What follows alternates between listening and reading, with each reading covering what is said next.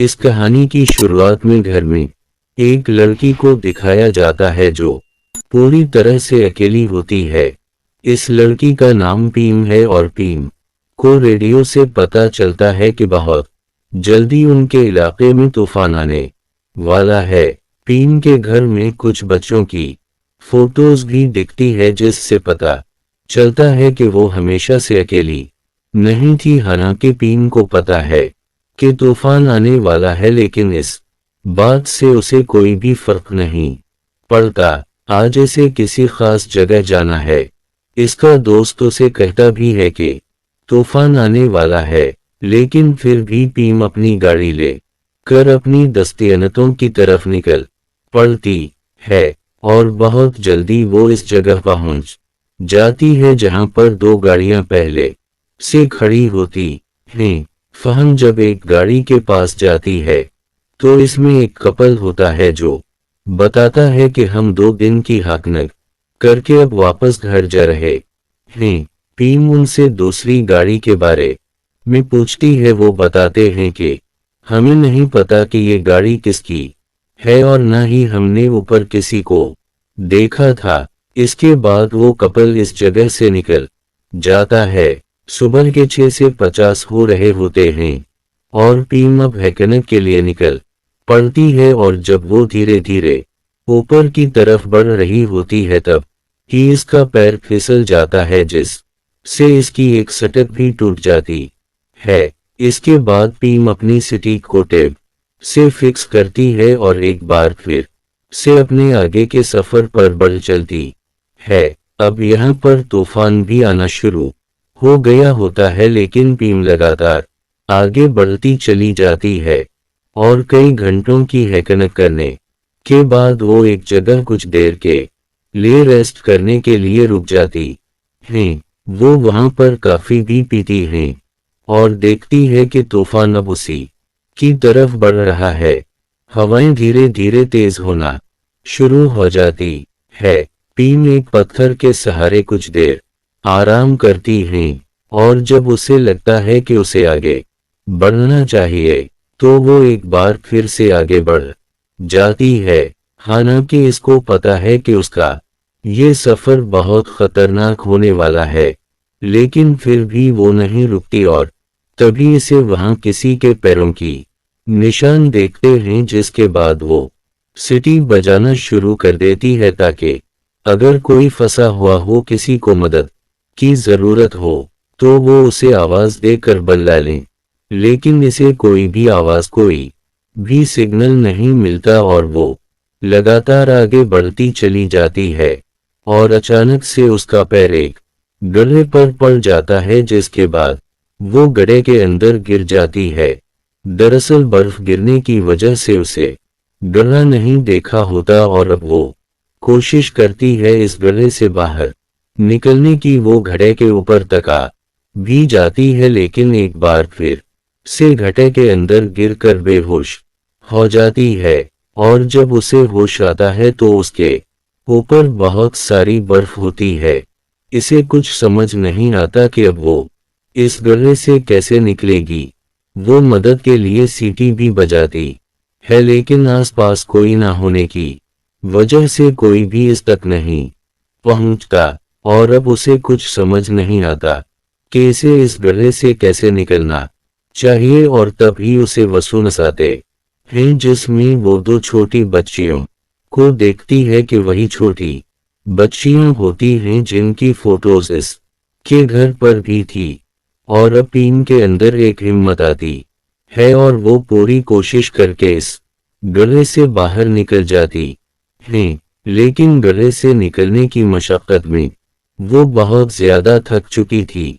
इसे बहुत प्यास लगी होती है, लेकिन अब इसका पानी भी खत्म हो चुका है। पीम सबसे पहले इस गड्ढे को लकड़ियों से ढक देती है ताकि कोई और इस गड्ढे में ना गिरे और अब वो आगे बढ़ती है और तभी इसे ऊपर एक आदमी देखता है जो बैठा हुआ होता है। पीम किसी तरह से इस तक पहुंच जाती है, इससे कई सवाल पूछती है, लेकिन वो आदमी इसकी बातों का कोई भी जवाब नहीं देता। फहम सबसे पहले इसके जूते उतारती है क्योंकि इसके पैर अब जमने ही वाले थे। वो इसके पैरों पर मालिश करके इसके पैरों में थोड़ी सी गर्मी लाती है और इसके बाद सॉक्स पहना कर उसे एक बार फिर उसे जूते पहना देती है। पीम के पास जितने भी गर्म कपड़े एक्स्ट्रा होते हैं वो सब के सब इस आदमी को पहना कर अपने साथ आगे के सफर पर ले चलती हैं। लेकिन इस आदमी की हालत इतनी ज्यादा खराब होती है कि उसके पैर लड़खड़ा रहे होते हैं। ये चाकर भी सीधा नहीं चल पा रहा होता। बहम उसे वापस नीचे ले जा रही होती है ताकि इसकी जान बचाई जा सके, लेकिन शायद हाइपोथर्मिया की वजह से इसके सोचने समझने की शक्ति पूरी तरह से खत्म हो चुकी है।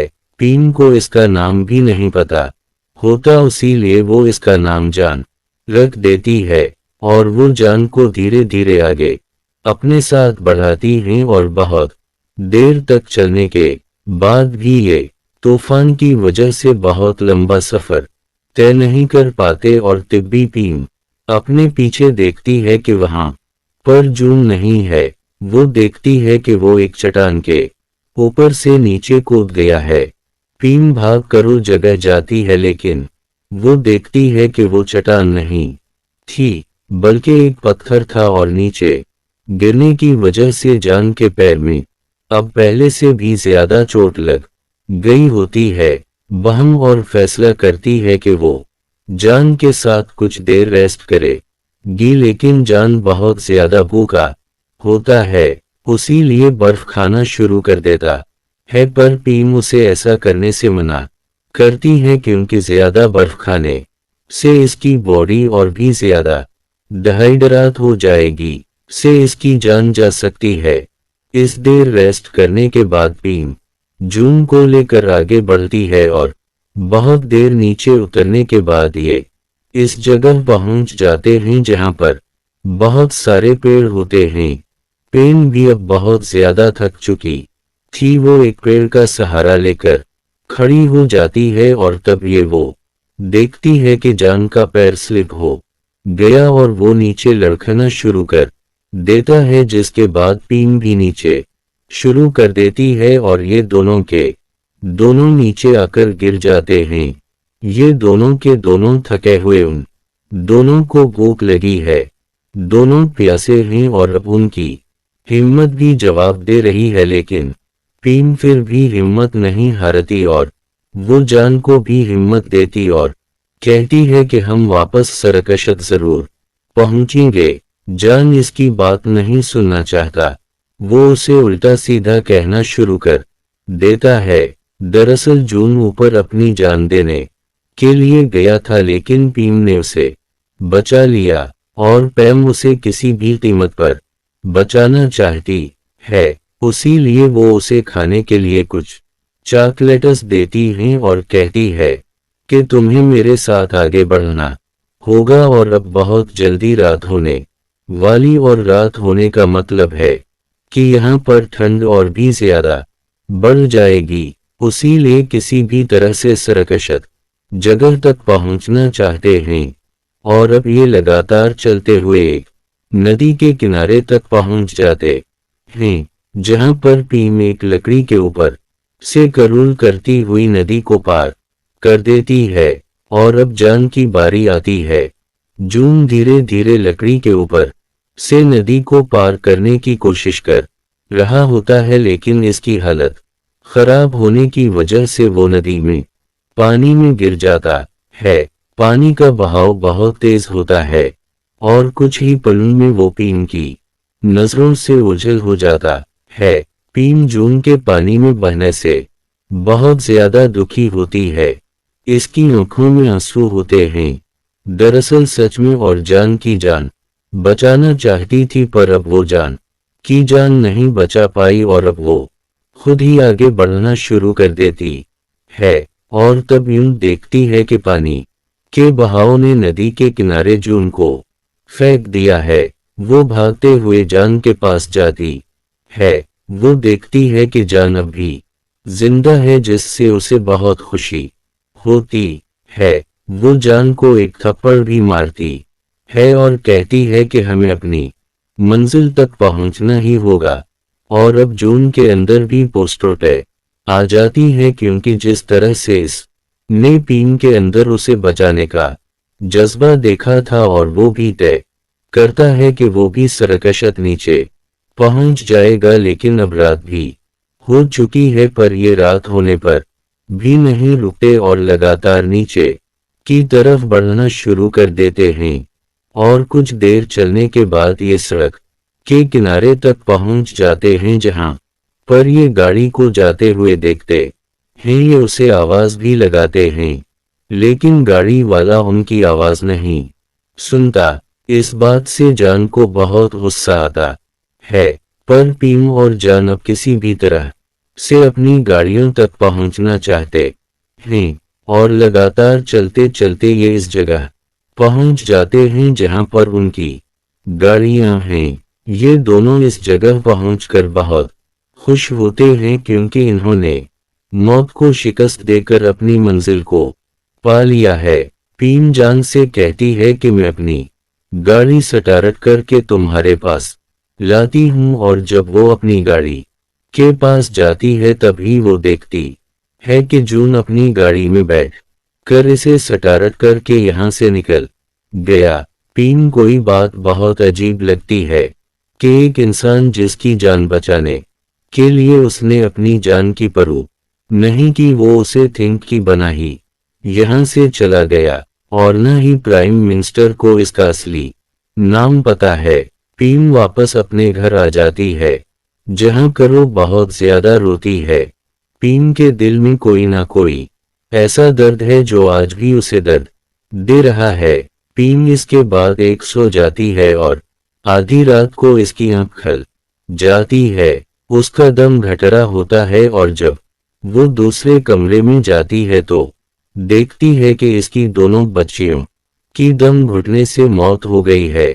दरअसल गैस लीक हो गई होती है, जिस वजह से इसकी दोनों बच्चों की मृत्यु हो गई थी। ये पीम का एक सपना होता है, जो कि इसकी जिंदगी की सच्ची घटना है, जो आज से ठीक 1 साल पहले घटी थी। 1 साल पहले इसकी दोनों बच्चियों की गैस लीक होने की वजह से दम घटकर मृत्यु हो गई थी, और यही वो दर्द होता है जो पीम के दिल में आज भी होता है। और ये घटना आज से 1 दिन पहले घटी थी, यानी कि जब वो ट्रैकिंग पर गई थी, और यही कारण होता है कि वो जान को किसी भी कीमत पर मरने नहीं देना चाहती थी। हालांकि जून खुद अपनी जान देना चाहता था, लेकिन फिर भी उसने इसकी जान बचाई, और पीम की आंखें खुल जाती हैं। और अगले दिन वो देखती हैं कि गांव में उसी की न्यूज़ आ रही है।